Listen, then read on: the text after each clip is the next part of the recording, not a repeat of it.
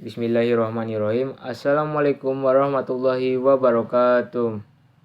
Baik, perkenalkan nama saya Dewanta Dwi Putra, selaku moderator dari kelompok 2 yang akan mempresentasikan hasil diskusi kami yaitu tentang karsinogenik dan mutagenik. Sebelumnya, kami berterima kasih kepada dosen pengampu Ibu Apoteker Mira Febriana Magister Sains yang telah memberikan kami kesempatan untuk mempresentasikan hasil diskusi kami.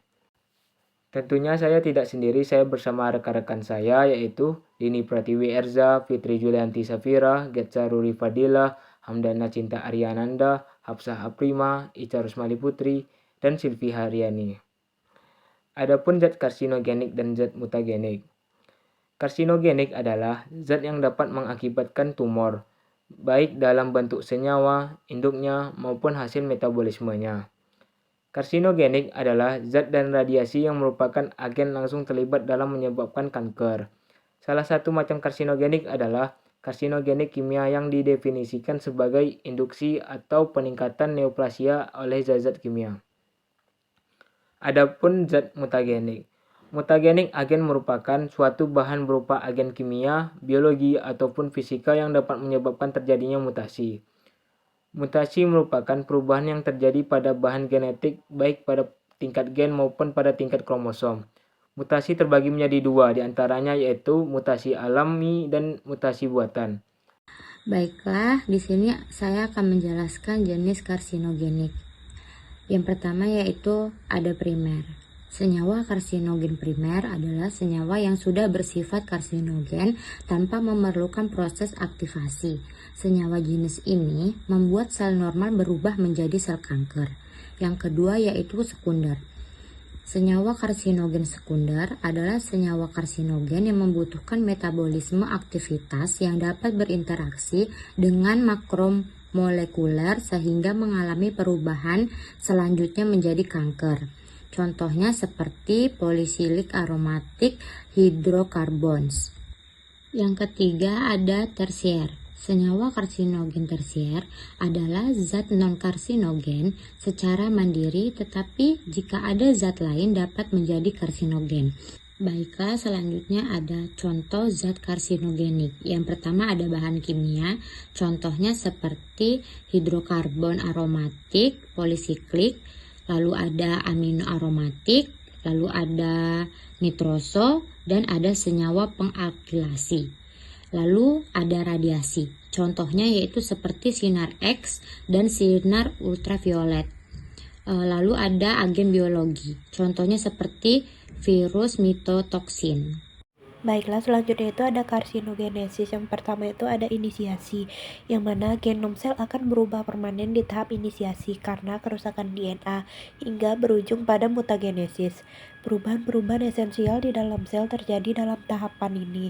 Yang kedua itu ada promosi, yang mana dalam tahapan promosi dari cara epigenetik akan menjadi perpindahan sel yang rusak menjadi premalignasi dari jumlah sel multiseluler tumor yang mengalami proliferasi oleh pengaruh enzim telomerase.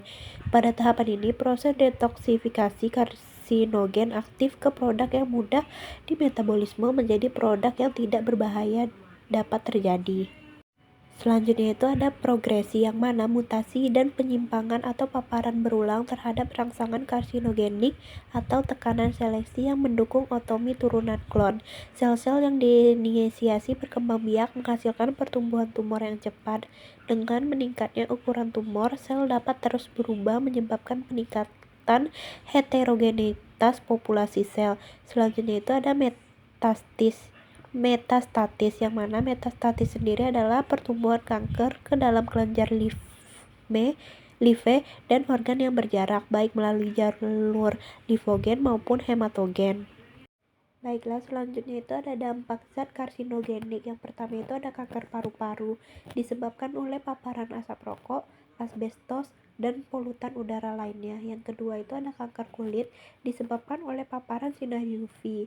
Selanjutnya itu ada kanker hati disebabkan oleh infeksi virus hepatitis B dan C, konsumsi alkohol berlebihan, dan paparan aflatoksin. Selanjutnya itu ada kanker lambung, yang mana disebabkan oleh infeksi bakteri Helicobacter priori dan konsumsi makanan yang diasinkan atau diasap. Selanjutnya itu ada kanker kantong kemih yang mana disebabkan oleh paparan bahan kimia tertentu seperti benzena dan aromatik amina. Selanjutnya faktor penyebab mutagenik. Yang pertama faktor fisika, yaitu mutagen yang berasal dari sinar, seperti sinar UV, radioaktif, sinar kosmik, sinar X, sinar alfa, sinar beta, dan sinar Y. Selanjutnya faktor kimia, yaitu mutagen yang berasal dari senyawa kimia, seperti etil metansulfonat, dietil sulfat, metil metansulfonat, hidroksilamina, dan nitrous acid. Selanjutnya, faktor biologi, yaitu mutagen yang berasal dari mikroorganisme, seperti virus dan bakteri. Selanjutnya, jenis mutasi gen. Yang pertama itu mutasi salah arti. Mutasi salah arti disebabkan oleh peristiwa transisi dan transversi, mengubah satu kodon sehingga menghasilkan asam amino berbeda yang dapat mempengaruhi fungsi protein. Selanjutnya, mutasi diam. Mutasi jenis ini biasanya diakibatkan karena terjadinya mutasi transisi dan transversi. Terjadi perubahan pada urutan DNA tanpa mengubah asam amino yang dihasilkan, sehingga tidak mempengaruhi fungsi protein. Yang ketiga, mutasi tanpa arti. Mutasi tanpa arti merupakan perubahan kodon asam amino tertentu menjadi kodon stop atau sinyal stop. Mutasi ini dapat terjadi baik oleh proses mutasi, transversi, delesi, maupun insersi, menghentikan sintesis protein lebih awal dan seringkali menghasilkan protein non-fungsional. Baiklah, selanjutnya di sini saya akan menjelaskan tentang dampak zat mutagenik. Yang pertama itu ada kanker, yang mana mutasi pada gen yang mengatur pertumbuhan sel dapat menyebabkan sel tumbuh tidak terkendali dan membentuk tumor. Selanjutnya itu ada kelainan genetik, di mana mutasi pada gen tertentu dapat menyebabkan kelainan genetik seperti sindrom Down, anemia, atau fibrosis kistik. Selanjutnya itu kelainan perkembangan, yang mana mutasi pada embrio dapat menyebabkan kelainan bawaan. Yang keempat ada kematian sel. Mutasi pada gen esensial dapat menyebabkan kematian sel.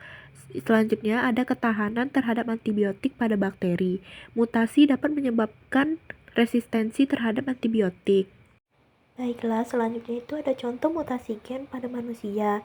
Yang pertama itu ada kanker atau tumor, yang mana hal tersebut terjadi karena adanya perubahan urutan basa nitrogen pada DNA yang menyebabkan pembelahan sel tubuh manusia jadi tidak bisa dikontrol.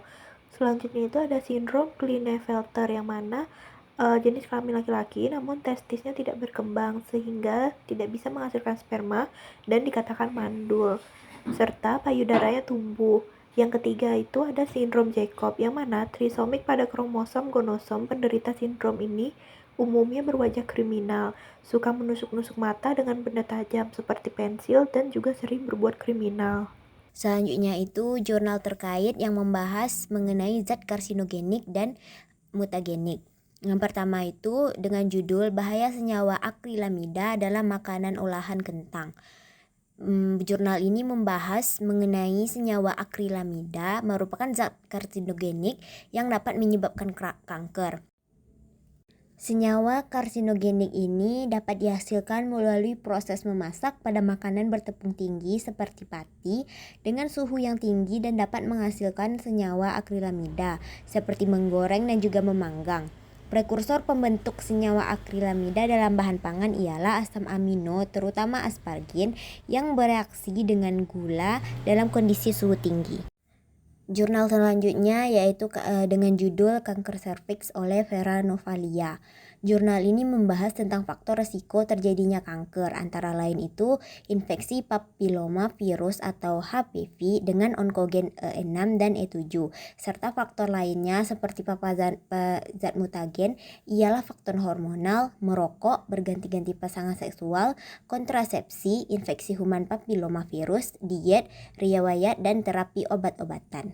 Jurnal yang ketiga itu dengan judul Uji Mutagenik AMES untuk melengkapi data keamanan ekstrak gambir yang dilakukan oleh Novisa Listiningrum, Lina Rustanti, Sukmayati Alegantina.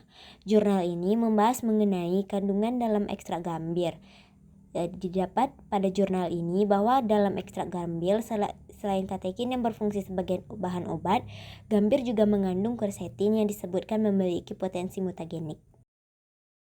Baiklah, sekian presentasi dari kelompok kami. Lebih dan kurang kami mohon maaf. Wabillahi taufiq wal hidayah. Wassalamualaikum warahmatullahi wabarakatuh.